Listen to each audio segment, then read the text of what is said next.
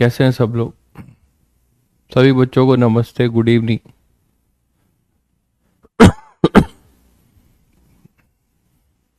और भाई ठंडी जोरों की पड़ रही है आपकी तरफ? थोड़ा सा टेक्निकल लैन में कुछ प्रॉब्लम हो गई थी, इसीलिए थोड़ा लेट हो गए। लैन में थोड़ी प्रॉब्लम हो गई थी, दैट्स वाई लेट हो गए भाई। हम टाइम पे थे, कुछ टेक्निकल प्रॉब्लम हो गई लैन में, दूसरा लैन लगाया फिर। चलिए, ऑडियो वीडियो क्लियर है बच्चों? एक बार कंफर्म करिए।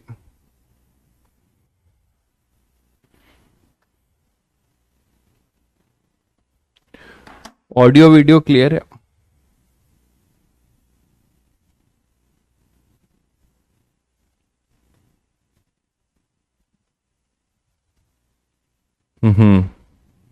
बिल्कुल, ठंडी तो पड़ी रही है कड़ाके की। चलिए फिर बच्चों स्टार्ट करते हैं। तो लास्ट टर्न पे हम लोगों ने लॉन्ग ट्रांसवर्स वेव का वेलोसिटी देखा था। Velocity in a string v equal to under root T by mu, है ना। v equal to under root T, इस फॉर्मूले को v is equal to under root T by mu वाला जो फॉर्मूला है, इसको आप ऐसे भी देख सकते हैं कि अगर जो ये स्ट्रिंग है, रो अगर डेंसिटी ऑफ स्ट्रिंग है या वायर है, डेंसिटी ऑफ स्ट्रिंग, ठीक है, और ए जो है क्रॉस सेक्शनल एरिया है, क्रॉस सेक्शनल एरिया है, और एल जो है अगर लेंथ ऑफ द स्ट्रिंग है, तो इस फॉर्मूले को हम एक और रूप दे सकते हैं जिसको आगे आप यूज कर सकते हैं ना। क्या? म्यू ये होगा m अपॉन एल, और म्यू को इसको मास को लिख सकते हैं density equal to mass upon volume. Mass हो जाएगा density into A L upon में एल। तो म्यू को रो इंटू ए भी लिखा जा सकता है, और ये formula v equal to under root T by rho A में कन्वर्ट हो सकता है। ये formula t equal to rho A में under root T upon rho A में कन्वर्ट हो सकता है, जिसमें रो जो है डेंसिटी ऑफ द मटेरियल है जिससे कि स्ट्रिंग बना होगा। तो ये फॉर्मूला भी कभी कभी आपको हेल्प करेगा, इसको तो हम लोग देख ही चुके हैं, ठीक है। तो आगे अभी इस फॉर्मूले को भी यूज करेंगे।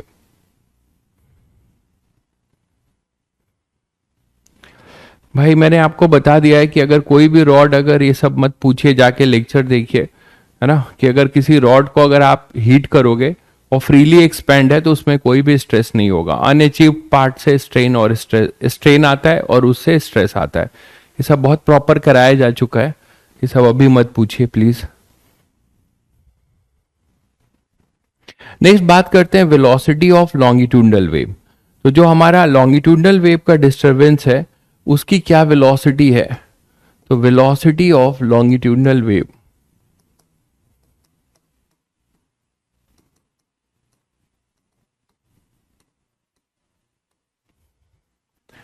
इन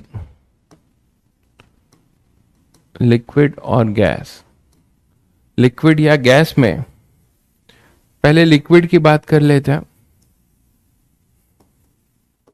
तो किसी लिक्विड में इन मीडियम लिख देते हैं,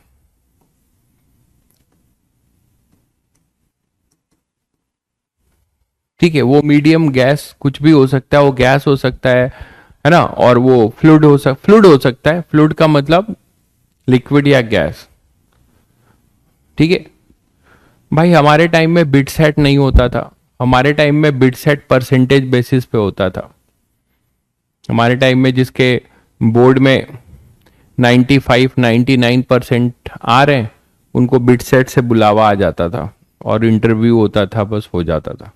हमारे टाइम में बिट सेट का इतना क्रेज भी नहीं था ना, बस वो परसेंटेज बेसिस पे होता था। तो velocity of longitudinal wave in medium, तो इसका फॉर्मूला है v is equal to under root B by rho. तो ये फॉर्मूला आपको ध्यान रखना है, कि डेरिवेशन से बहुत आपको इम्पैक्ट नहीं पड़ने जा रहा है, डेरिवेशन से कुछ मिलना नहीं है। v equal to under root B by rho, जिसमें b जो है बल्क मॉडुलस है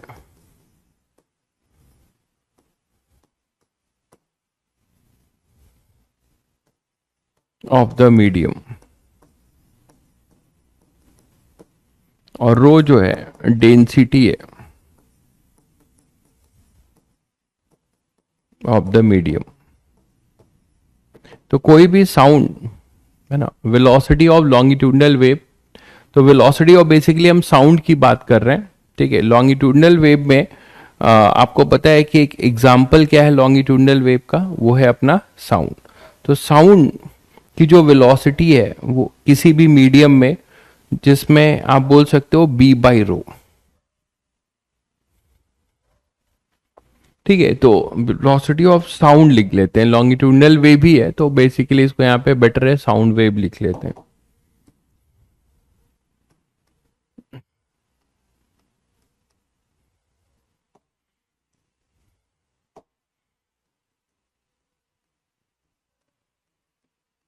है ना, तो sound wave is the example of longitudinal wave, sound wave is the example of longitudinal wave, तो उसी की बात कर रहे हैं।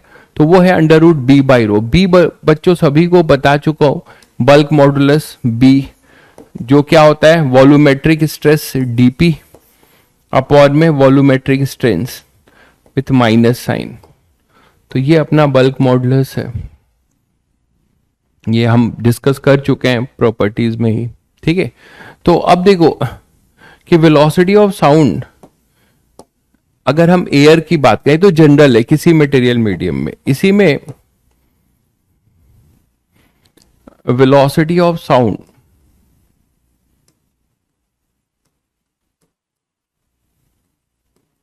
इन सॉलिड, ये मीडियम बेसिकली फ्लूइड है, मतलब लिक्विड या गैस, तो velocity of sound in solid, उसमें क्या हो जाएगा, तो आपको पता है कि बी के जगह पे हम क्या लिख सकते हैं, यंग्स मॉडुलस, है ना। मॉडुलाई जो सॉलिड के लिए है वो अपना है v is equal to under root Y upon में रो, y अपॉन में रो। तो वेलोसिटी किसी लॉन्गिट्यूडनल वेव, अब बोलो सर लॉन्गिट्यूडनल वेव सॉलिड में कैसे होगी, लॉन्गिट्यूडनल वेव सॉलिड में कैसे होगी, तो कोई अगर एक रॉड है उसको आप हैमरिंग कर रहे हो, किसी रॉड का, मान लो ये रॉड है, इसको आप हैमरिंग कर रहे हो, है ना, इसको आप हैमरिंग कर रहे हो। तो अगर आप इस तरीके से हैमरिंग करते हो तो इसमें आपकी ट्रांसवर्स वेव प्रोड्यूस होगी। लेकिन अगर हैमरिंग इसमें आप ऐसे करते हो,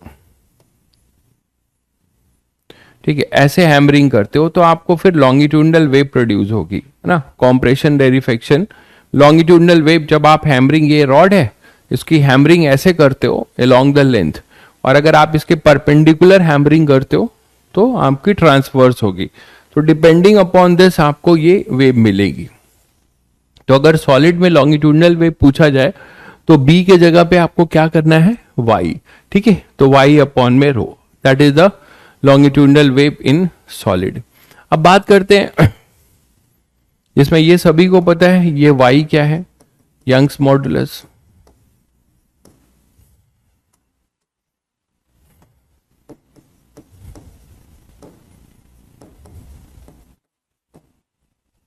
यंग्स मॉडुलस, वाई अपना यंग्स मॉडुलस, ठीक है। चलिए, तो मैं इसमें आपको, मैंने कहा था मैं आपको उतनी ही बातें बता रहा हूं जो आपको, जिससे आप इजीली क्वेश्चन सारे सॉल्व कर ले जाए। अननेसेसरी सर भारी नहीं कर रहा हूं आपका मैं इस चैप्टर में। अब हम बात करें velocity of sound in air की, पर्टिकुलर हो जाए।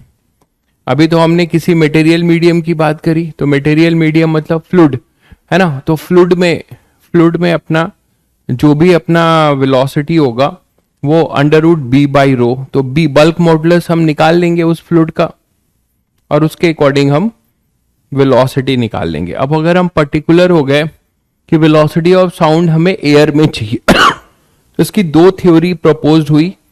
तो पहला अकॉर्डिंग टू न्यूटन आया,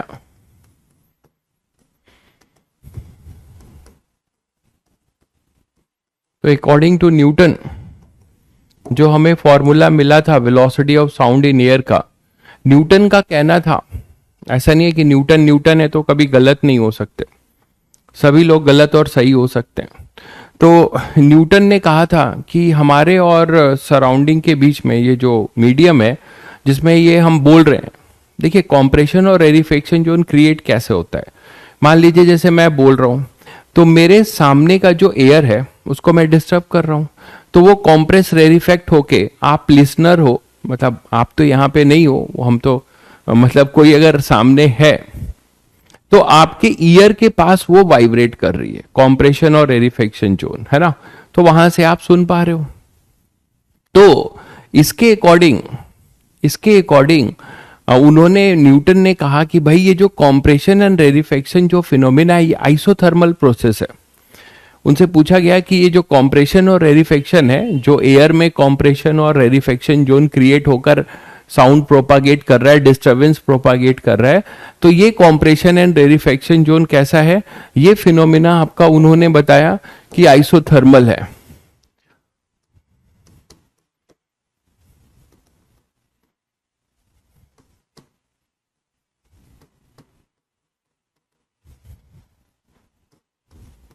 इज एन आइसोथर्मल प्रोसेस।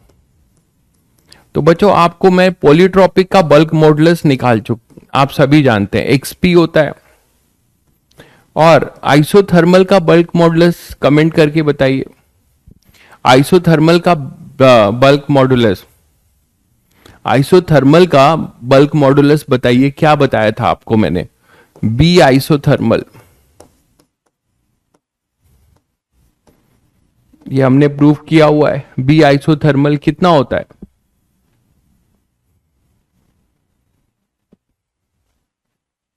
बताइए।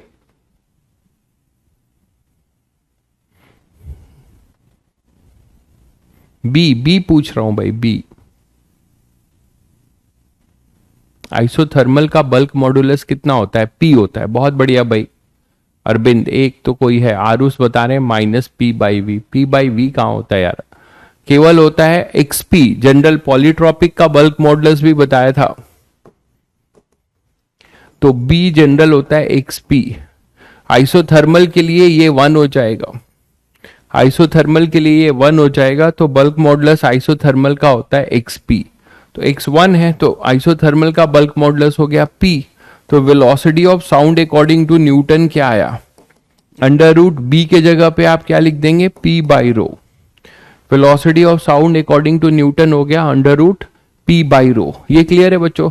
तो ये अकॉर्डिंग टू न्यूटन है, लेकिन जब हमने इसको एक्सपेरिमेंटली देखा कि एटमॉस्फेरिक प्रेशर डाला और डेंसिटी डाली एयर की, तो हमें जो एक्चुअल जो मेजर्ड वैल्यू है उससे डेविएशन मिला, मतलब ये साउंड की एयर में एक्चुअल स्पीड नहीं देने वाला एक्सप्रेशन मिला, मतलब न्यूटन गलत हो गए। और न्यूटन को करेक्ट किया लैप्लास ने।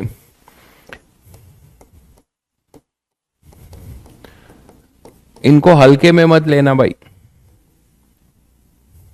ये जो साइंटिस्ट का नाम लिख रहा हूं कहीं शायद आप लोगों ने पहली बार सुना होगा, बट इनको हल्के में मत लेना, बहुत भारी आदमी थे ये भी। लैप्लास करेक्शन, इनके बारे में हमें भी नहीं पता था, जब हमने बीटेक में पढ़ा तब पता चला कि ये क्या चीज थे। एक्चुअली जितने भी अपने लैप्लास करेक्शन, लैप्लास ट्रांसफॉर्मेशन आप पढ़ेंगे आगे, कि इन्होंने बहुत बड़ी बात बताई थी। जितने भी सिग्नल्स हैं, है ना, सिग्नल्स को टाइम डोमेन से, कोई फंक्शन है सिग्नल एक्स का फंक्शन है किसी भी, तो किसी भी फंक्शन को आप टाइम डोमेन में कन्वर्ट कर सकते हो, ठीक है। तो वो है लैप्लास ट्रांसफॉर्मेशन, ठीक है। तो लैप्लास ट्रांसफॉर्मेशन एक बहुत मेजर रोल प्ले करता है आज हमने इलेक्ट्रॉनिक्स की दुनिया में। ये बात आप अगर आगे पढ़ोगे तो आपको अंदाजा लगेगा। खैर, तो ये लैप्लास करेक्शन जो है, इन्होंने बताया कि नहीं भाई, ये जो कॉम्प्रेशन और रेरिफेक्शन फिनोमिना है ये आइसोथर्मल नहीं है, ये एडियाबैटिक है। उनसे पूछा गया ऐसा क्यों भाई, एडियाबेटिक कैसे बोल रहे हो, ये तो ओपन टू, पूरा एटमॉस्फेयर ओपन है और इसमें कॉम्प्रेशन रेरिफेक्शन है, तो एडियाबेटिक कैसे हो गया, एडियाबेटिक में तो हीट एक्सचेंज होगा। उन्होंने बताया कि ये जो कॉम्प्रेशन एंड रेरिफेक्शन जोन है ये इतना नैनो सेकेंड में हो रहा है, इतना कम सेकेंड में हो रहा है कि system does not get enough time to interact with surrounding.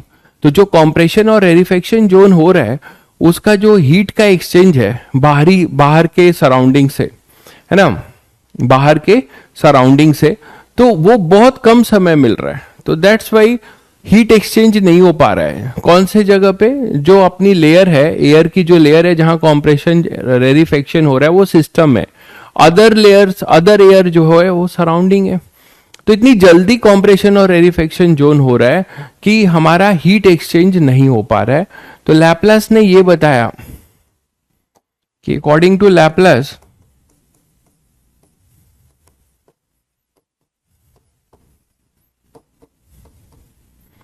compression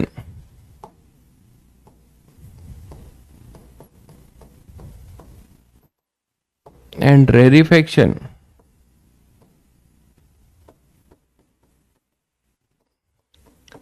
occur very suddenly.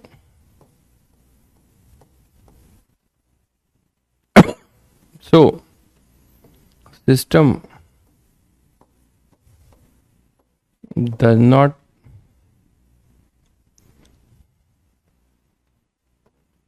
get enough time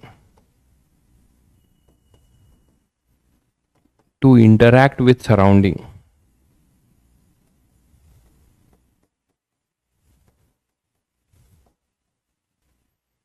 To interact with surrounding. So adiabatic process. तो ये इसीलिए इसको लैपलास ने बताया नहीं, ये एडियाबेटिक प्रोसेस है।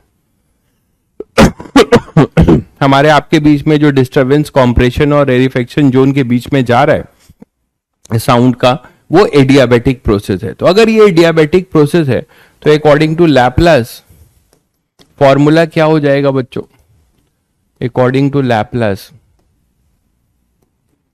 बल्क मॉडुलस क्या होता है, एक्सपी, और एक्स यहां पर एडियाबेटिक के लिए क्या हो जाएगा, गामा, है ना, पीवी की power gamma equal to constant. तो बल्क मॉडुलस इसका होगा गामा पी, बल्क मॉडुलस इसका होगा गामा पी। एक्सपी जनरल हम लोग ने किया हुआ है, तो एक्स की जगह अब यहां पे गामा है, तो यहां पे वी जो होगा वो होगा under root gamma P by rho, gamma P by rho. तो ये एक्चुअली एक्सपेरिमेंटल वैल्यू से मैच किया, गामा पी बाई रो। तो यही फॉर्मूला हम यूज करते हैं, यही फॉर्मूला हम यूज करते हैं velocity of sound in air, है ना, गामा पी बाई रो। तो बच्चों गामा पी बाई रो, इसमें गामा जो है 1.4 है एयर का, गामा एयर है, दिया जाएगा आपको 1.4 ही लेते हैं, और पी जो है एटमॉस्फेरिक प्रेशर है और रो डेंसिटी ऑफ एयर है, ठीक है।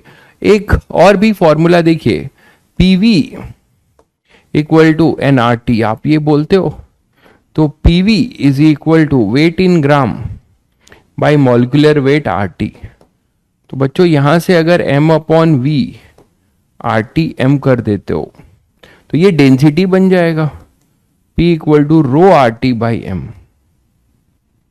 तो क्या बच्चों p बाई रो को आर टी बाई एम लिखा जा सकता है क्या, p बाई रो को आर टी बाई एम लिखा जा सकता है, और इसको हम एक और फॉर्म बना सकते हैं, यहां से हम इसको एक और फॉर्म दे सकते हैं, v equal to gamma R T by M, gamma R T by M. तो ये भी बड़ा इंपॉर्टेंट है। और फाइनली आपको ये दिखता है कि जो अपना वेलोसिटी ऑफ साउंड है, ध्यान दीजिएगा, जो अपना वेलोसिटी ऑफ साउंड है वो किस पे डिपेंडेंसी रखता है, इस फॉर्मूला से तुम्हें लगता होगा कि directly proportional to pressure and inversely proportional to density. नहीं, velocity of sound totally depends upon the temperature only। क्यों, क्योंकि आप यहां देख रहे हो कि अगर अपना P चेंज होगा, RT बाई एम है, तो P चेंज होगा तो रो भी ऐसा चेंज होगा जिससे कि P बाई रो हमेशा क्या रहे, कांस्टेंट।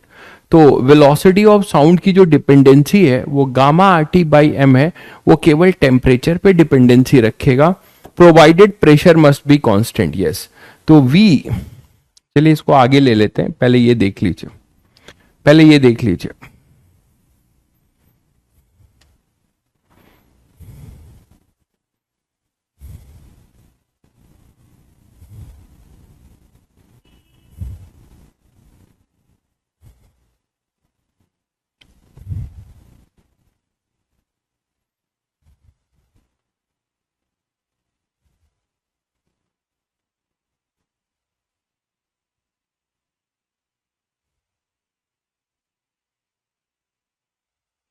चलिए, तो बच्चों अब ये देखते हैं कि जो डिपेंडेंसी आ रही है, v हमें मिला under root gamma R T upon M, v हमें मिला under root gamma R T upon M. तो यहां पे देखिए कि इफ टेम्परेचर इज कांस्टेंट, अगर if temperature is constant then pressure changes, then density also change, है ना। अगर टेम्परेचर कांस्टेंट है तो p बाई रो भी कांस्टेंट होगा। If t constant then the ratio P by rho is constant, मतलब pressure change होगा तो डेंसिटी भी चेंज होगी, प्रेशर अपना के फैक्टर से चेंज होगा तो डेंसिटी भी के फैक्टर से चेंज होगी, जिससे कि P बाई रो कांस्टेंट हो, मतलब T, क्योंकि जो डिपेंडेंसी है, देखिए यहां देखिए, अगर आप इसको कांस्टेंट रखते हैं, टेम्परेचर को कांस्टेंट रखते हैं, तो R बाई एम तो कांस्टेंट ही रहेगा, मतलब प्रेशर चेंज होगा तो रो को भी चेंज होना पड़ेगा, जिससे कि the ratio will remain constant. तो इसकी ओवरऑल डिपेंडेंसी जो है टेम्परेचर पे रहेगी, इसकी ओवरऑल डिपेंडेंसी टेम्परेचर पे रहेगी। क्लियर है? तो ध्यान रखिएगा कि finally V directly proportional to root T, ये ध्यान रखिएगा। तो इसमें ये मत सोचिएगा कि वो प्रेशर पे डिपेंड कर रहा है। अगर टेम्परेचर कांस्टेंट है ना, टेम्परेचर कांस्टेंट है तो वेलोसिटी ऑफ साउंड कांस्टेंट रहेगा। ये मत सोचना कि सर P बाई रो है तो प्रेशर चेंज होगा, तो प्रेशर चेंज होगा तो डेंसिटी भी चेंज होगा, जिससे P बाई रो हमेशा क्या रहेगा? कांस्टेंट। अब इसमें एक फॉर्मूला और आता है जिसमें पूछा भी गया है कि वेलोसिटी ऑफ साउंड आपको T डिग्री सेल्सियस पे मान लीजिए निकालना हो, T डिग्री सेल्सियस पे, और 0 डिग्री सेल्सियस पे V नॉट है। तो ये फॉर्मूला भी कई बार पूछा गया है, ठीक है। तो let V not be velocity at 0 degree Celsius and V be the velocity of sound at T degree Celsius. तो V अपॉन V नॉट क्या लिख सकते हो बच्चों? अंडर रूट, है ना, 0 का मतलब 273 अपॉन में ये कितना होगा? 273, उल्टा कर दिया, 273 प्लस टी, है ना, केल्विन में चेंज कर रहा हूं, और ये 0 मतलब 273, यही आएगा, रूट टी है। तो यहां से आपको V मिल जाता है, V नॉट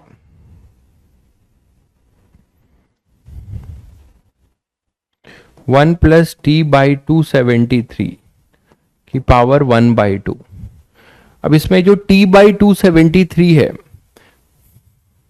नहीं, इसमें टेम्परेचर हमेशा केल्विन में पुट करिएगा, इस फॉर्मूले में टेम्परेचर हमेशा केल्विन में पुट करिएगा।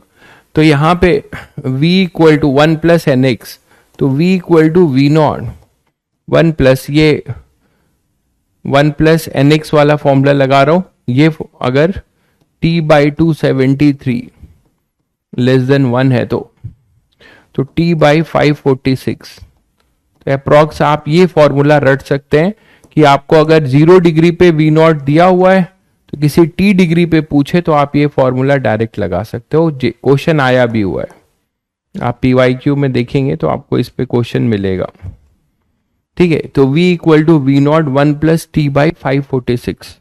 तो सीधे सीधे आप t, अब यहां पे t जो है डिग्री सेल्सियस में है, ये t डिग्री सेल्सियस में, ध्यान रखना अगर डायरेक्ट फॉर्मूला पुट करते हो तो t अपना डिग्री सेल्सियस में है। ये क्लियर है? दूसरा आप देख पा रहे हो कि ह्यूमिडिटी पे डिपेंडेंसी है वेलोसिटी ऑफ साउंड की। तो वेलोसिटी ऑफ साउंड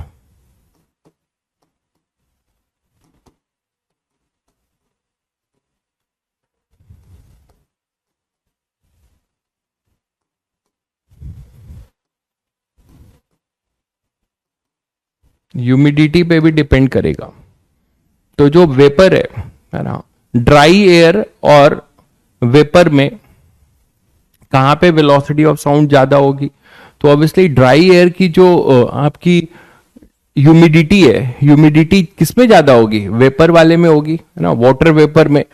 तो वहां पे आपकी velocity of sound inversely proportional होती है।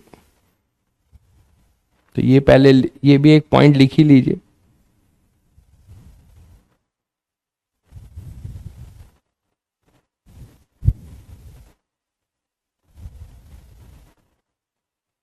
स्पीड ऑफ साउंड जो है इंक्रीजेज विथ, ऐसे लिख सकते हो,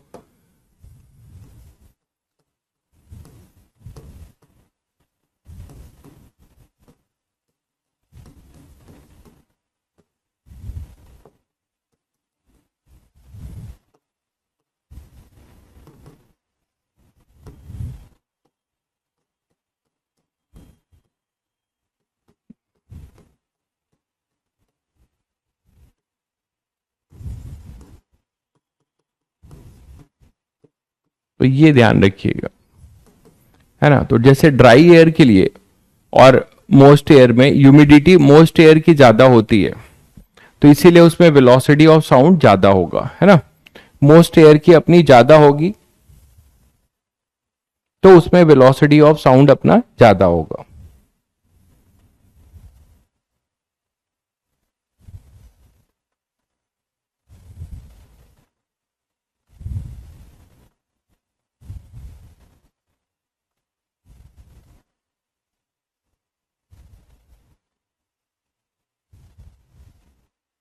तो स्पीड आपकी इंक्रीज करेगी ह्यूमिडिटी पे, डेंसिटी डिक्रीज करेगी, है ना, डेंसिटी अपनी डिक्रीज करेगी।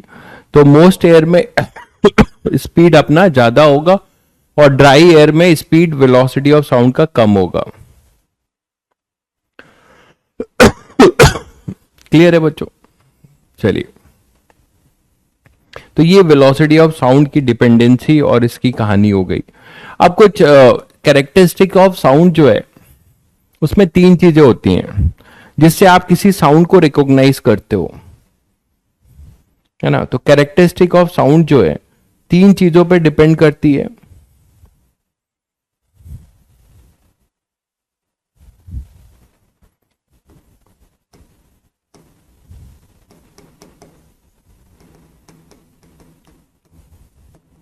तो किसी साउंड को आप पूरी तरीके से डिफाइन करते हो किन पैरामीटर्स पे? बताइए कमेंट करके आप लोग।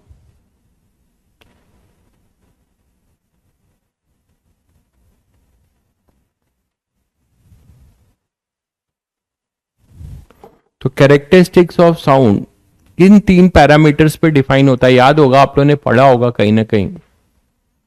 नहीं, मीडियम पे नहीं, मीडियम पे नहीं बच्चों।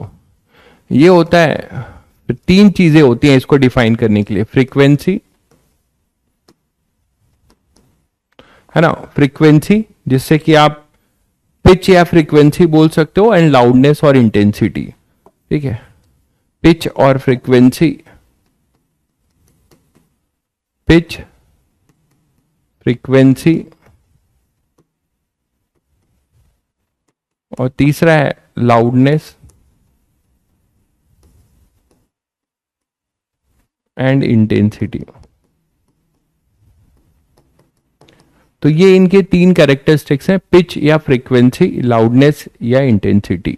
बहुत बढ़िया। पिच आपको ये बताता है बच्चों कि हाई पिच होगा तो आवाज उतनी मधुर होगी, ठीक है, हाई पिच होगा तो आवाज आपकी उतनी मधुर होगी। मतलब अगर आप बुफेलो की आवाज, अपनी आवाज और किसी मैडम की आवाज में अंतर चाहते हो तो आपको कैसे पता चल जाता है कि ये बुफेलो की आवाज है, ये मेरी आवाज है, और ये किसी मेल वॉइस है, फीमेल वॉइस है या बुफेलो वॉइस है? ये टोटली डिपेंड करता है पिच पे, है ना। तो हाइयर द पिच, उतना ज्यादा जो है आपको प्लीजेंट होगा। पिच जितना ज्यादा होगा उतना ज्यादा आपको प्लीजेंट सुनाई देगा वो साउंड। ठीक है, तो पिच की ये कहानी है। ये सब बहुत मतलब बेसिक बातें, इनका पता नहीं कब ये क्या पूछ ले। ठीक है, तो पिच ये कुछ भी पूछ सकते हैं जेई मेंस वाले, फोकट में चला जाएगा। तो पिच जो है मतलब पिच क्वालिटी जो आप बोलते हो, है ना, क्वालिटी भी जो बोलते हो, तो क्वालिटी का भी यही मतलब है कि जितना ज्यादा जो है पिच अच्छा हाई होगा, क्वालिटी ऑफ साउंड उतनी ज्यादा होगी। ठीक है, फ्रीक्वेंसी तो आप लोग जानते ही हो। लाउडनेस एंड इंटेंसिटी, तो लाउडनेस एंड इंटेंसिटी तो इसमें थोड़ा देख लेते हैं। इसमें एक है कि लाउडनेस इंटेंसिटी, पिच के लिए तो बता दिया आपको, डिफरेंशिएट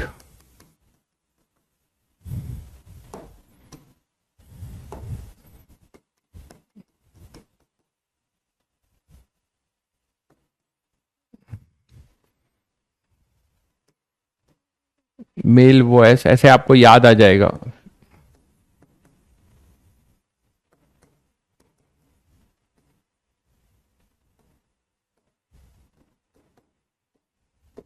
ठीक है, तो आप पिच से जो है डिफरेंशिएट कर सकते हो। हाइयर द पिच,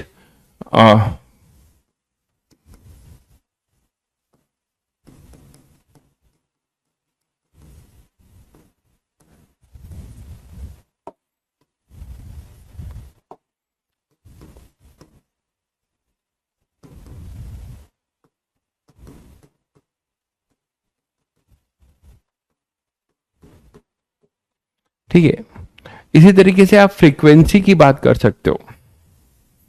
उसी तरीके से आप फ्रीक्वेंसी की भी बात कर सकते हो।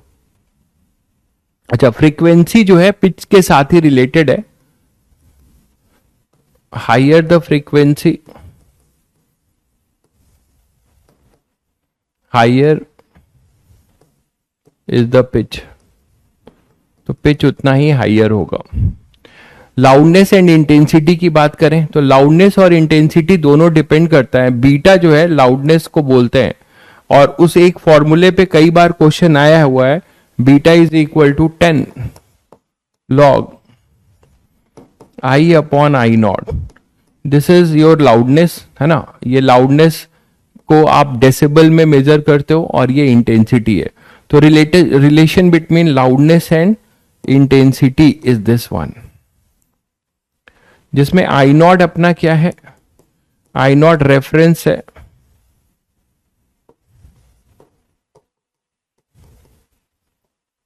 रेफरेंस इंटेंसिटी, जिस इंटेंसिटी को आप बेस मान रहे हो, और वो 10 की पावर -12, 10 की पावर -12 दिया होगा, नहीं भी दिया होगा तो रट लीजिएगा, वॉट पर मीटर स्क्वायर। तो ये अपने पास रेफरेंस इंटेंसिटी है इसकी 10 की पावर। तो लाउडनेस और इंटेंसिटी में ये रिलेशन है, लॉग बेस 10 है, लॉग बेस 10 है। इस पे क्वेश्चंस आगे देखेंगे अभी जो आए हुए हैं। एक क्वेश्चन जैसे एक देख लेते हैं कैसे यूज करोगे इसको। If the intensity is increase by 20 times, ऐसे लिख लेते हैं, बाय ए फैक्टर ऑफ 20। मान लो एक क्वेश्चन बना लें, if intensity is increased by a factor of 20, है ना। 20 से आप फैक्टर से आप इंक्रीज करा रहे हो इंटेंसिटी, तो बाई हाउ मेनी डेसिबल,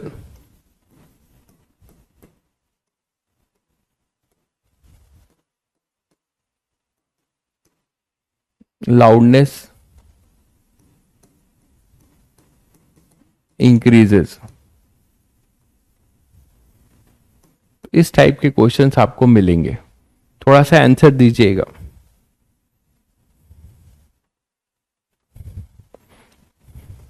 या sound level, how many decibel, sound level लिख सकते हो, वही है साउंड लेवल, लाउडनेस है।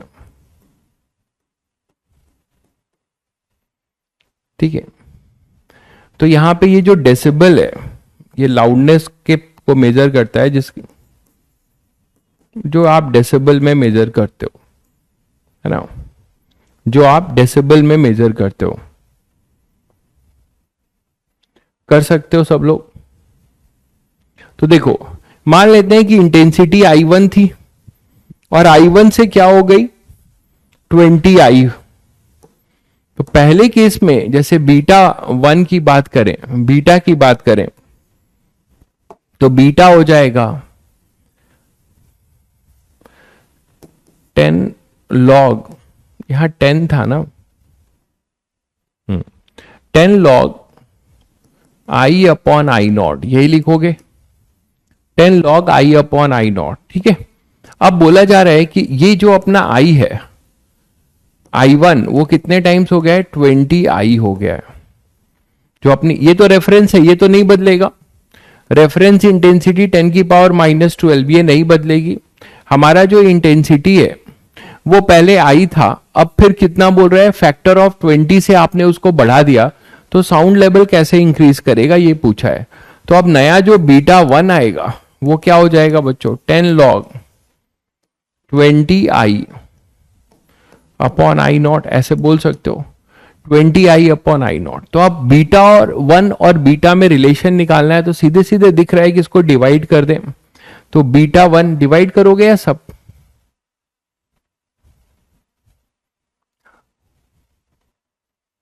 सब्ट्रैक्ट करोगे, क्या करोगे सब्ट्रैक्ट कर दो, सब्ट्रैक्ट कर दो, बीटा 1 माइनस बीटा कितना हो जाएगा 10 log 20I upon I not minus 10 log I upon I not, यही तो है बच्चों। 10 कॉमन ले लो और इसको ओपन कर दो, तो ओपन करोगे तो क्या आएगा log I तो कैंसिल हो रहा है, ये कितना आएगा log 20 plus log I,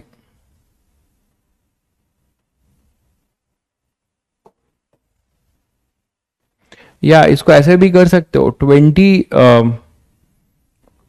log 20I upon I not.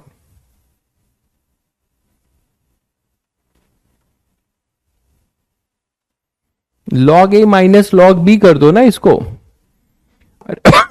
इसको आप log A minus log B कर दो, 10 कॉमन ले लो, तो log A, ये log A हो जाएगा, ये B तो log A है ना, log A बाई B, तो A बाई B करोगे तो यही तो आएगा, ये सब कैंसिल हो जाएगा, तो हमारे पास आएगा 10 log 20, 10 log 20। देखो तो बीटा 1 कितना हो जाएगा, बीटा 1 हो जाएगा बीटा प्लस 10 log 20, 10 log 20, बोलो 10 log 20। अब इसको 10 log 20 का 10 log 20 निकाल लो, 10 log 20 निकाल लो आप, ठीक है, तो बीटा प्लस 10 log 20, और log 20 तो तुम लोग log 2 से भी देख सकते हो, क्योंकि इसको और ब्रेक कर सकते हो, log 2 प्लस log 10, तो log 10 1 हो जाएगा, वहां से भी कर सकते हो, तो देख लेना कितना आ रहा है, जल्दी से बता दीजिए, नियर अबाउट कितना आ रहा है 13 डेसिबल। ओके, तो ये अपने पास आ जाएगा 13 dB, dB है डेसिबल, डेसिबल को dB लिखते हैं, है ना, लाउडनेस की यूनिट है, लाउडनेस को मेजर करने की यूनिट है डेसिबल dB। तो इस तरीके के क्वेश्चंस आपको मिलेंगे आगे, और अभी करेंगे PYQs में। नेक्स्ट बात करें सुपरपोजिशन की, तो वो आपके लिए बच्चों नया नहीं है सुपरपोजिशन, साउंड में भी सुपरपोजिशन जो है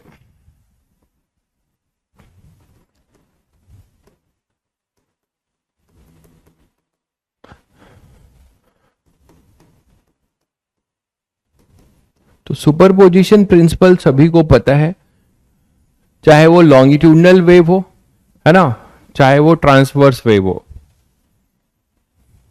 हाँ लॉग बेस 10 है भाई, लॉग बेस 10 है, ये ई नहीं है। अरे यार तुम कैसी बातें कर रहे हो यार, अगर ई होता तो मैं लॉग लिखता क्या, एलएन नहीं लिखता। कैसी बातें कर रहे हो यार, लॉग बेस ई या तो मैं ऐसे लिखूं नहीं तो एलएन लिखता। जब लॉग लिखा हुआ है तो सुमित बाबू आप ऐसे कैसे पूछ रहे हो यार इस लेवल पे आके ऐसा क्वेश्चन। जब लॉग लिखा हुआ है मतलब वो बेस 10 है, अगर लॉग बेस ई होता तो एलएन लिखा गया होता। ऐसे ऐसा अत्याचार मत करो यार। तो सुपरपोजिशन प्रिंसिपल, तो सुपरपोजिशन प्रिंसिपल में ये कहता है कि मान लीजिए हमारे पास कोई एक वेव पल्स है ना, कोई एक वेव पल्स है, या तो ट्रांसवर्स होगी या लॉन्गिट्यूडनल, है ना, दोनों में से कोई भी हो सकती है। तो ट्रांसवर्स या लॉन्गिट्यूडनल कोई भी वेव पल्स है, वो प्रोपागेट कर रही है, किसी पर्टिकुलर पॉइंट को डिस्टर्ब कर रही है, फिर दूसरी वेव पल्स एक आकर उसको डिस्टर्ब कर रही है। तो जो नेट डिस्प्लेसमेंट होगा किसी पॉइंट पे, मतलब y is equal to, travelling wave की इक्वेशन आपने अभी पढ़ी थी, तो मान लीजिए मैं बोलूं कि एक हमारे पास ट्रैवलिंग वेव है y1 equal to F of T minus X by V, ठीक है, और दूसरी है y2 इज इक्वल टू, ये f1 है, f2 T minus X by V.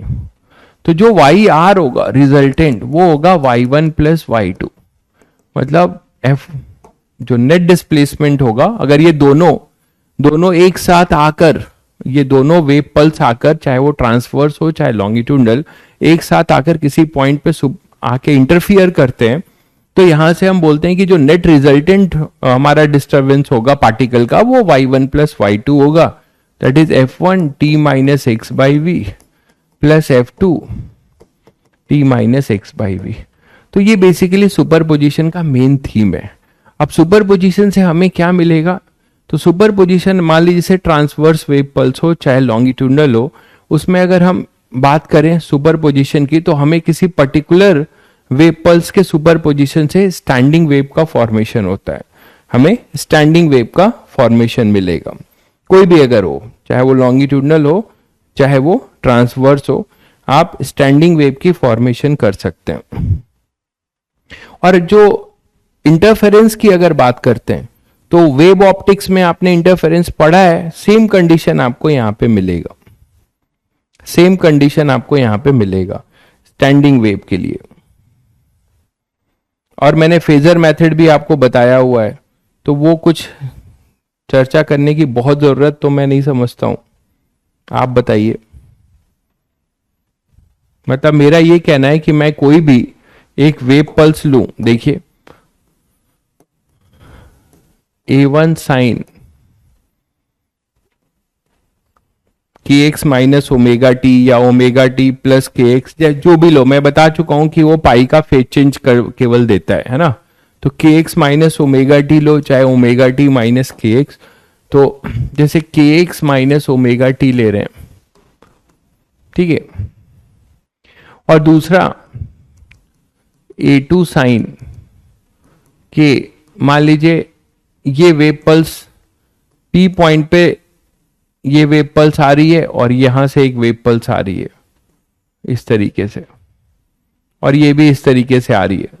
तो इसमें जो डिस्टरबेंस हुआ है इसमें x है, ये x प्लस डेल्टा x है, शायद समझ गए होंगे, पूरा वेव जैसा ही है, इंटरफेरेंस जो है आपका वेव जैसा ही होगा। तो A2 साइन के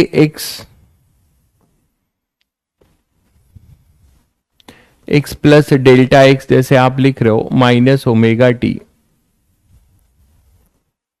तो इसको आप वही फेज डिफरेंस की बात करने लगोगे साइन कि ये वाला सेक्शन आपको सब जाना पहचाना लगेगा के डेल्टा एक्स, और ये के डेल्टा एक्स ही बच्चों क्या है, डेल्टा फाई है, that is 2 pi by lambda into delta X, that is delta phi. ये सब आपने पढ़ रखा है। तो यहां पे मैकेनिकल वेव में भी इंटरफेरेंस होगा वेव पल्स के बीच में, ठीक है। तो what kind of wave are in alternating current? अरे यार, अल्टरनेटिंग करंट में साइनोसोडल वेव होती है, साइनोसोडल साइन फंक्शन में वेव होती है, और वो ईएम वेव है, उसको आप मैकेनिकल वेव नहीं बोल सकते। ए साइन के एक्स माइनस ओमेगा टी, और यहां से तो ये अपने पास ये आ जाएगा। अब इंटरफेरेंस की बात करते हो तो इंटरफेरेंस में जो वाई आर होगा अकॉर्डिंग टू सुपर पोजिशन वो Y one plus Y two होगा। और याद है मैंने तुम लोगों को ये फेजर बताया था, फेजर बताया था, याद है सभी को? तो एकदम नया चीज नहीं है बिल्कुल। या आप रेफरेंस A1 को ले लेंगे, ये A2 हो जाएगा प्लस है तो, और ये हो जाएगा अपना फाई, ये फाई हो जाएगा। और यही डेल्टा फाई भी है क्योंकि फाई इसका है, इसका 0 है, तो ये फाई होगा।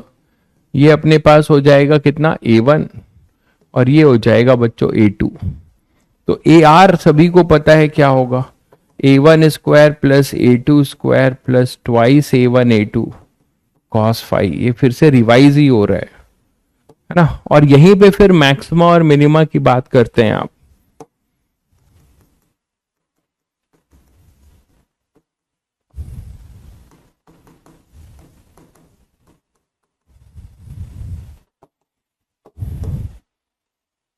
ठीक है, तो यहीं पे आप मैक्सिमा और मिनिमा की बात करने लगते हैं, सारा कुछ आपको पता है। तो यहां पे जब मैक्सिमा मिनिमा की बात करते हैं तो आप बोलते थे ना कंस्ट्रक्टिव और डिस्ट्रक्टिव इंटरफेरेंस, उसी तरीके से आप यहां पे बोलेंगे कि ये एम्पलीट्यूड मैक्सिमाइज कब होगा, जब कॉस फाई 1 होगा, और मिनिमाइज कब होगा, जब आपका ये -1 होगा। तो वहीं से आप मैक्सिमा मिनिमा की भी बात करने लगते हैं। मतलब AR की अगर बात कर रहे हैं आप तो यही है A1 square plus A2 square plus twice A1 A2 cos phi, है ना। तो ये आपके पास कंस्ट्रक्टिव इंटरफेरेंस और डिस्ट्रक्टिव इंटरफेरेंस की आप बात करेंगे। तो कंस्ट्रक्टिव के लिए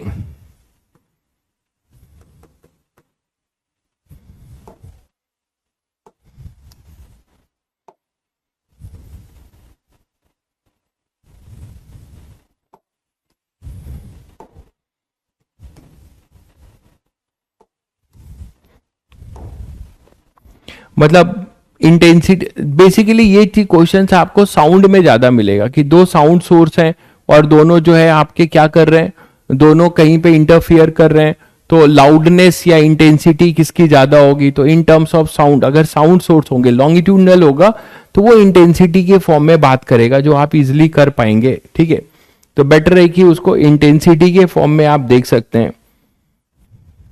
तो कंस्ट्रक्टिव की कंडीशन वही आएगी। कंस्ट्रक्टिव के लिए आप बोल सकते हो कि कॉस फाई अपना +1 होगा, दैट इज फाई जो होगा वो 2n पाई होगा, या डेल्टा एक्स होगा वो n लैम्डा होगा। इसी तरीके से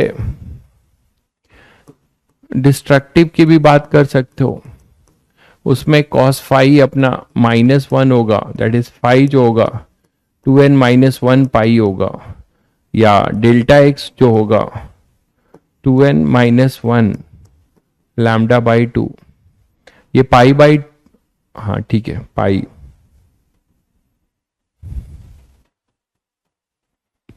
तो ये मिनिमम हो जाएगा,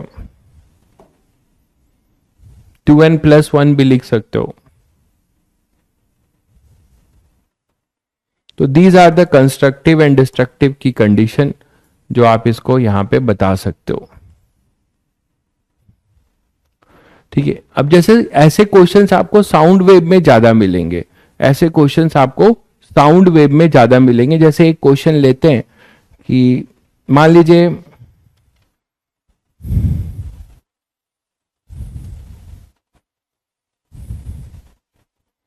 एक SCV का ही क्वेश्चन लेते हैं।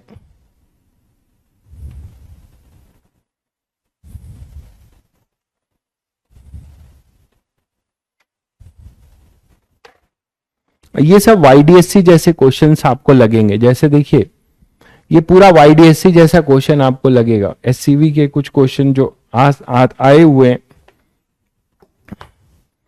जैसे एक क्वेश्चन देखिएगा कि हमारे पास 3 साउंड सोर्स हैं, S1, S2 और S3। ठीक है, 3 साउंड सोर्स हैं जिसमें दिया हुआ है कि S1 S2 is equal to S2 S3, ये आपको गिवन है। और कोई यहां पे P पॉइंट है बच्चों, यहां पर कोई P पॉइंट है, डिटेक्टर होगा, है ना, साउंड सोर्स का एक डिटेक्टर होगा जो यहां पे रखा गया है। तो ये आपको पूरा YDSC जैसी फीलिंग देगा, वैसे ही क्वेश्चंस आपको, मतलब अप्रोच वही होगा। तो यहां पे एक डिटेक्टर है, साउंड डिटेक्टर है। तो साउंड डिटेक्टर क्या करेगा, लाउडनेस डिटेक्ट करेगा, या तो आवाज बहुत तेज होगी या आवाज आपकी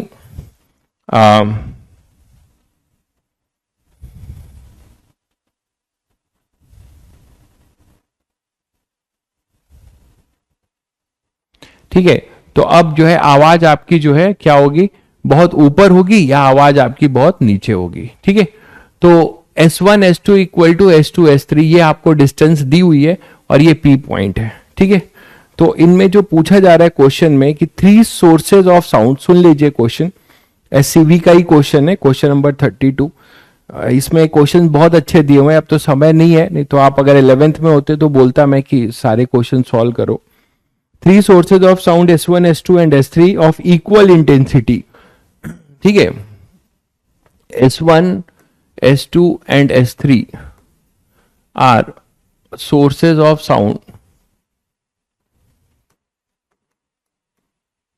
of equal intensity।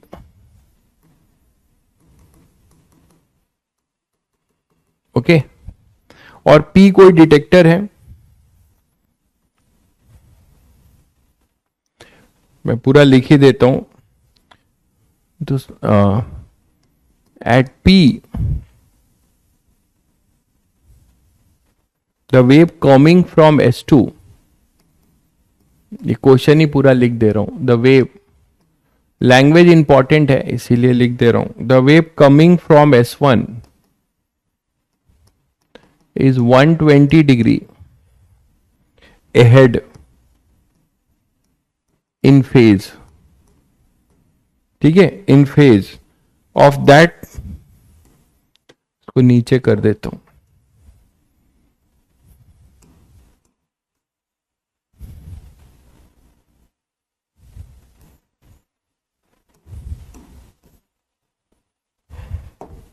तो ahead in phase of that from S1,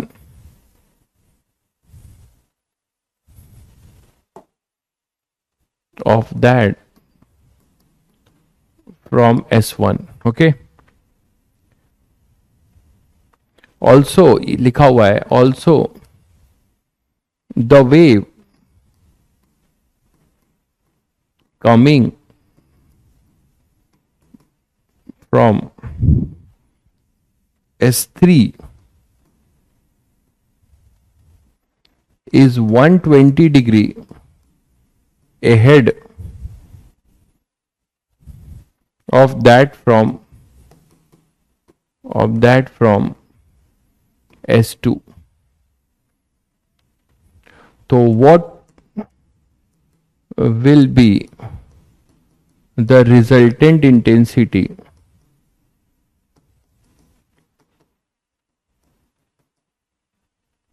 है ना, resultant intensity of sound eight P। तो बच्चों ये कंप्लीट क्वेश्चन है। अरे SC वर्मा है भाई, तुम लोग इसी पे परेशान हो, SC वर्मा है, ये SC वर्मा है, कॉन्सेप्ट ऑफ फिजिक्स, कोई नई बुक नहीं है, सदियों से चली आ रही है बुक। ठीक है, तो इस पार्ट 1 है, पार्ट 1 का मैकेनिक्स, जो मैं लोगों को बोलता हूं मैकेनिक्स तो हमेशा ही करना चाहिए, प्लस ये वाला जो चैप्टर है इनका वेव वाला, ये भी बहुत बढ़िया चैप्टर है। इतना भी कर लेते हैं तो आपका कुछ बचेगा नहीं। एडवांस लेवल पे मैं बात कर रहा हूं, एडवांस लेवल पे, मेंस में तो आएगा ही जो आएगा। तो S1, S2, S3 are the sources of sound of equal intensity at P। जल्दी से बच्चों इसका आंसर दीजिएगा, जल्दी से इसका आंसर दीजिएगा।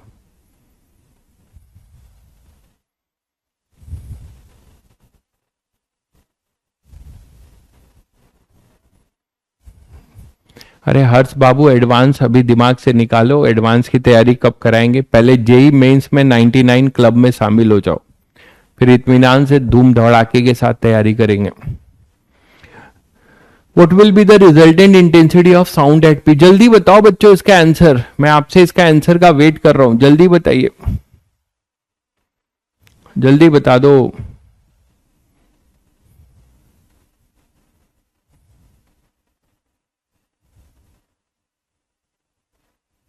आई, सुमित भाई आई लिख रहे हैं, जल्दी बताओ रिजल्टेंट इंटेंसिटी क्या होगी?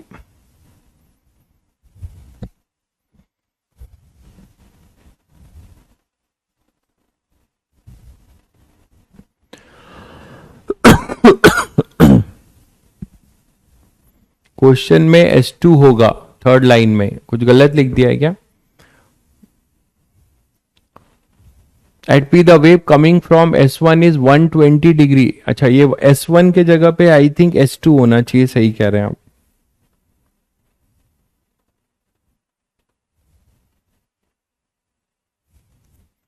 सही कह रहे हैं, ये S2 होगा।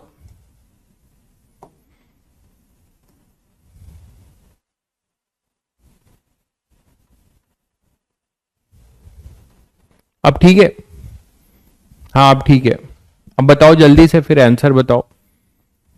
सही कह रहे हैं, S2 से जो निकल रही है वे वो 120 डिग्री अहेड है। अहेड का मतलब आगे है ना, उसका फेज जो है S1 वाले से 120 डिग्री आगे है, और जो S3 से निकल रही है वो S2 से 120 डिग्री अहेड है, S2 से 120 डिग्री अहेड है। तो बच्चों आप ये बहुत आसानी से कर सकते हो। आपको पहले एम्पलीट्यूड का फेजर बनाना चाहिए था, और बहुत कम लोगों ने आंसर दिया। Intensity is directly proportional to amplitude square, ये सभी को पता है। Intensity is directly proportional to amplitude square, ये पता है सभी को। हाँ, एक बच्चे ने सही आंसर दे दिया है। अब अगर आप फेजर बनाते हो, अगर आप फेजर बनाते हो बच्चों, तो बहुत आसानी से बना सकते हो। S1 से जो निकल रही है उसका एम्पलीट्यूड अगर A है, उसको अगर आप रेफरेंस मानते हैं, उसको अगर आप रेफरेंस मानते हैं, तो इसका A होगा। तो जो S2 वाली होगी वो 120 डिग्री अहेड है। 120 डिग्री अहेड का मतलब समझ ही रहे हो, ये है 120 डिग्री, है ना। ये S1 का है, तो ये S2 का एम्पलीट्यूड होगा। एम्पलीट्यूड सभी के सेम होंगे क्योंकि सभी की इंटेंसिटी सेम है, सभी के एम्पलीट्यूड सेम होंगे क्योंकि सभी की इंटेंसिटी सेम है। और S3 इसका 120 डिग्री, तो इसका 120 डिग्री कितना हो जाएगा बच्चों? इसका 120 डिग्री कितना हो जाएगा? यहां पे ये 60 इधर कहीं इधर आएगा, इससे फिर ये अहेड है। अहेड मतलब एंटी क्लॉकवाइज रोटेट करोगे, ठीक है। तो ये भी 120, ये भी 120 होगा, तो इनके ये 120 होगा। ये अपने पास A होगा, ये S3 के लिए बोल सकते हो। बोलो, यही था। तो अब इनका जो रिजल्टेंट निकालोगे तो 0 आएगा, क्योंकि ये 60 होगा, ये भी 60 होगा। तो AR जो आएगा कंपोनेंट लेके वो 0 हो जाएगा, तो IR जो होगा वो 0 होगा। तो कोई साउंड डिटेक्ट नहीं होगा, कोई साउंड डिटेक्ट नहीं होगा, ठीक है। तो ऐसे क्वेश्चंस आपके एक्सपेक्टेड हैं जेईई मेंस में। क्वेश्चन में यही करना था बस, ठीक है। तो इस तरीके के क्वेश्चंस को आप इजीली आप कर सकते हो। इसी टाइप का एक क्वेश्चन और देखते हैं। मान लीजिए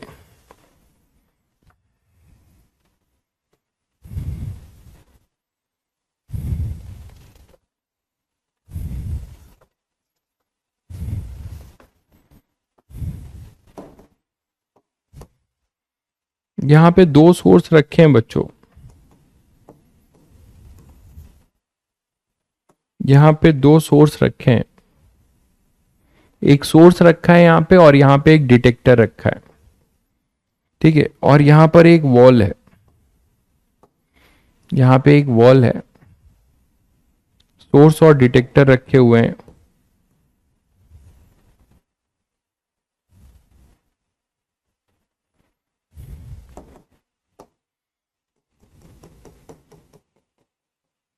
ये वॉल है, ये साउंड सोर्स है, ये डिटेक्टर है। और ये सोर्स है, ठीक है। दोनों के बीच की दूरी कुछ अपनी दी हुई है। सोर्स इमिटिंग साउंड, मैं क्वेश्चन ही लिख देता हूं।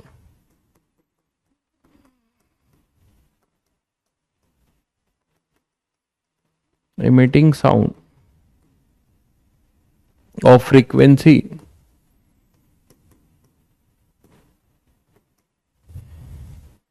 180 hertz is placed in front of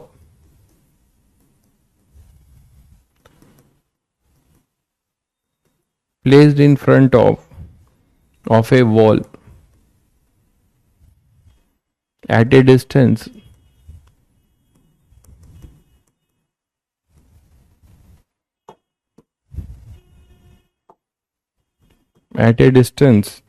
of 2 meter from wall.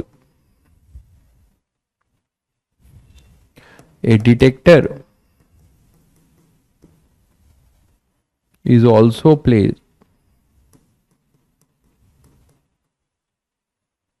in front of the wall.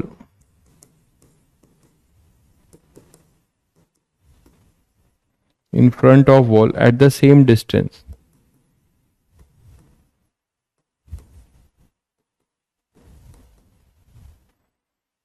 From it. Find the minimum distance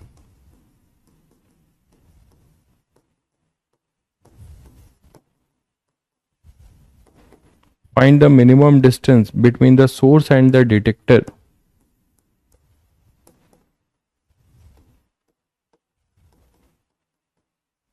Source and detector for which detector detects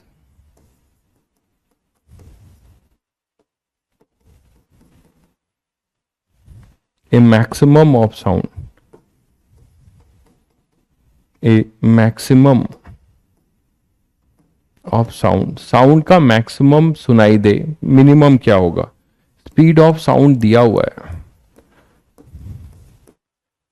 sound in air इन्होंने दिया है 360 metre पर second लेना है। तो ये question है बच्चों, ये अपने पास क्वेश्चन है। क्वेश्चन सबको समझ में आया होगा। S1 S2 equal to S2 S3 देने का क्या मतलब है? देखो एक्चुअली क्या है, अगर इस क्वेश्चन की बात करो तो इसमें ये ध्यान रखिएगा कि ये फार अपार्ट है। फार अपार्ट का मतलब ये हुआ कि जो पाथ डिफरेंस है S1 S2, अगर पाथ डिफरेंस अपने इक्वल होंगे तभी तो फेज डिफरेंस भी दोनों के डिफरेंस इक्वल होंगे, इसलिए देने का मतलब है इसका और इसके बीच का जो पार्ट डिफरेंस इक्वल होगा तो फेज डिफरेंस 120 डिग्री कंसेक्यूटिव के इक्वल होंगे, वो उसका लॉजिक है। यहां पे आइए, तो यहां पे सोर्स और ये डिटेक्टर, ये मान लेते हैं कि ये डी डिस्टेंस है, डी आपको 2 मीटर दिया हुआ है। इसको हमें नहीं पता कि इनके बीच में दूरी क्या है, तो इसको मैं एक्स मान लेता हूं, ठीक है। इन दोनों के बीच की दूरी को हमें x निकालना है। मिनिमम x क्या होगा जिससे कि डिटेक्टर क्या करे, मैक्सिमा। तो आप देखो अब यहां पे दो साउंड आएंगे, एक साउंड तो सोर्स से डिटेक्टर पे डायरेक्ट आएगा और दूसरा जो है इससे रिफ्लेक्ट होके आएगा, दूसरा जो है इससे रिफ्लेक्ट होके आएगा, देख पा रहे हैं। तो एक इंटरफेरेंस की बात होगी, यहां से एक साउंड डायरेक्ट आएगा डिटेक्टर पे, एक वाया रिफ्लेक्शन आएगा, वाया रिफ्लेक्शन आएगा, ठीक है। तो अब ये बताओ कि मैक्सिमा सुनाई देना चाहिए, तो फॉर मैक्सिमा अभी अभी हमने पढ़ा डेल्टा एक्स एन लैम्डा होना चाहिए, और मिनिमम के लिए क्या होना चाहिए, पहला मैक्सिमा हो, मतलब एन इक्वल टू 1 हो, है ना। तो अब यहीं से डेल्टा एक्स जरा निकालते हैं। तो डेल्टा एक्स बच्चों यहां पे अगर p लिख लेते हैं तो एक तो डायरेक्ट ये x डिस्टेंस है, ये डिस्टेंस कितना हो जाएगा, under root D square plus X square, और यहां पे भी वही होगा D square plus X square. तो ये पूरी distance sp plus pd, delta X क्या होगा, sp plus pd minus S D, यही तो डेल्टा एक्स होगा, बताओ, यही तो होगा भाई। तो यहां से हम क्या लिख सकते हैं, अच्छा ये x नहीं होगा, x/2 होगा, यहां पे होगा ये x/2 होगा ना, तो x² 4 + d², ये होगा x² 4 + d²। बोलो अब यहां से आप लिख सकते हो कि ये ट्वाइस होगा, तो 2 टाइम्स √ d² + x² / 4। अच्छा इसमें एक चीज और लिखा हुआ है कि जो अपना x है और d में ये दिया हुआ है, मैंने लिखा नहीं है, d is much greater than x है, d is much greater than x है, ये दिया हुआ है आपको, और ये माइनस एस डी मतलब माइनस एक्स, ठीक है। अब यहीं से आप बाइनोमियल अप्रोक्सीमेशन लगा सकते हो, ये अगर गिवन है तो 2 d² +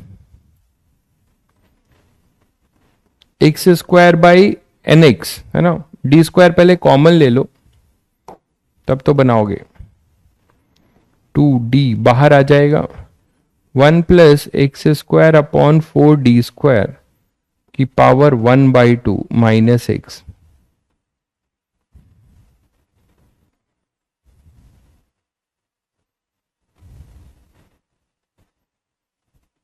या एक काम करो,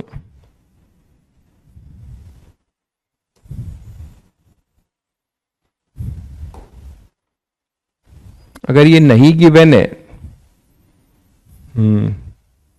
तो डेल्टा एक्स ये आ जाएगा। अब एन लैम्डा, लैम्डा नहीं दिया हुआ है, लैम्डा भी अभी निकालेंगे, फॉर डेल्टा एक्स n = 1 लेंगे, क्यों, फॉर x मिनिमम है ना, x मिनिमम के लिए n = 1 लेंगे, है कि नहीं, तो n = 1 लेंगे तो हमारे पास ये आ जाएगा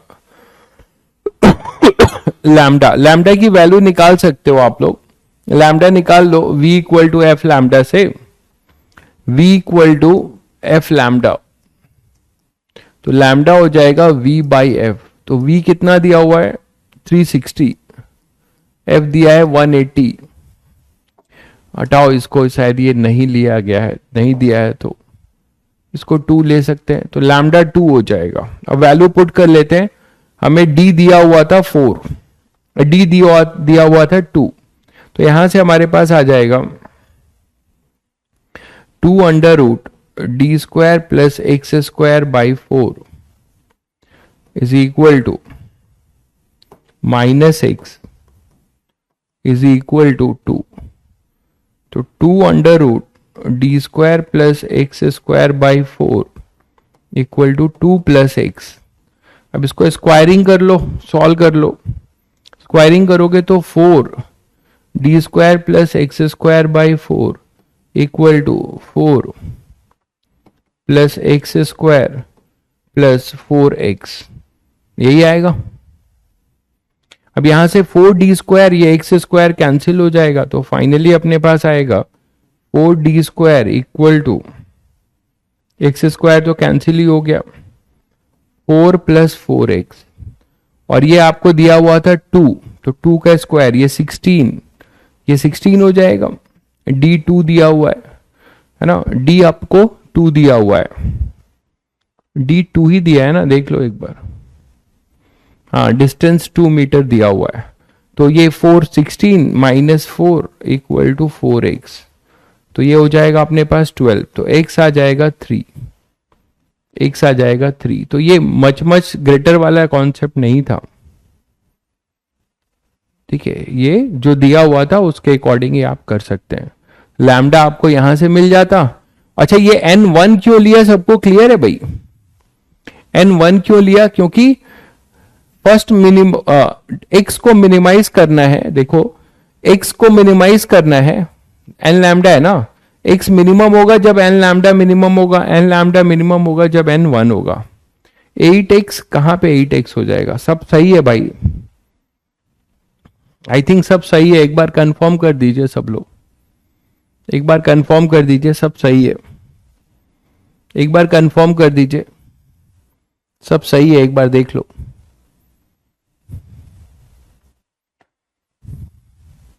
ये क्लियर है क्या? 180 डिग्री वाला, कौन सा 180 डिग्री? ये यूज किया है भाई, 180 वाला यूज किया है लैम्डा निकालने के लिए।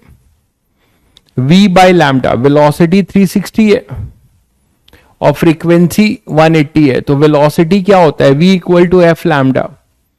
ठीक है ना? तो वो यूज कर लिया है बच्चों, वो यूज कर लिया है, वो यूज कर लिया है। ठीक है, तो इस तरीके के क्वेश्चन आपको साउंड में मिलेंगे, इस तरीके के क्वेश्चंस आपको साउंड में मिलेंगे।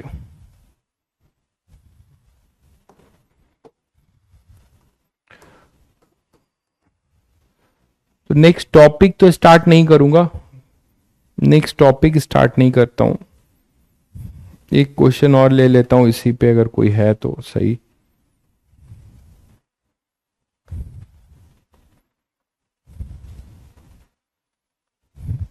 जैसे मान लो एक क्वेश्चन है कि ये S1 है, अब ऐसे क्वेश्चन तो कर लोगे। S2 है, दो साउंड सोर्स दिए हुए हैं और यहां पे कोई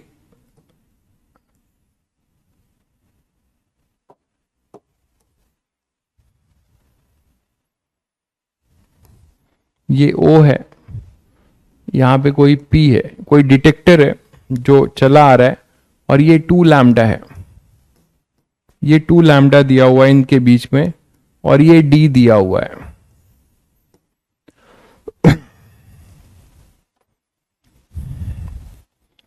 टू कोहेरेंट सोर्स है,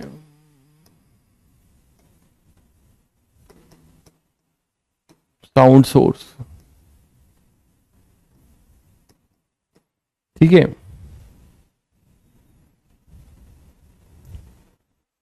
और ये डिटेक्टर है,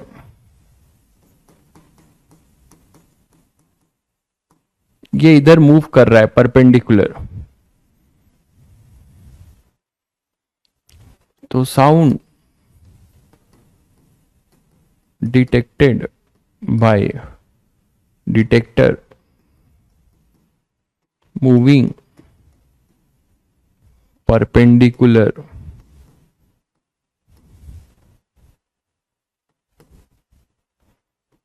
to line joining S1 S2।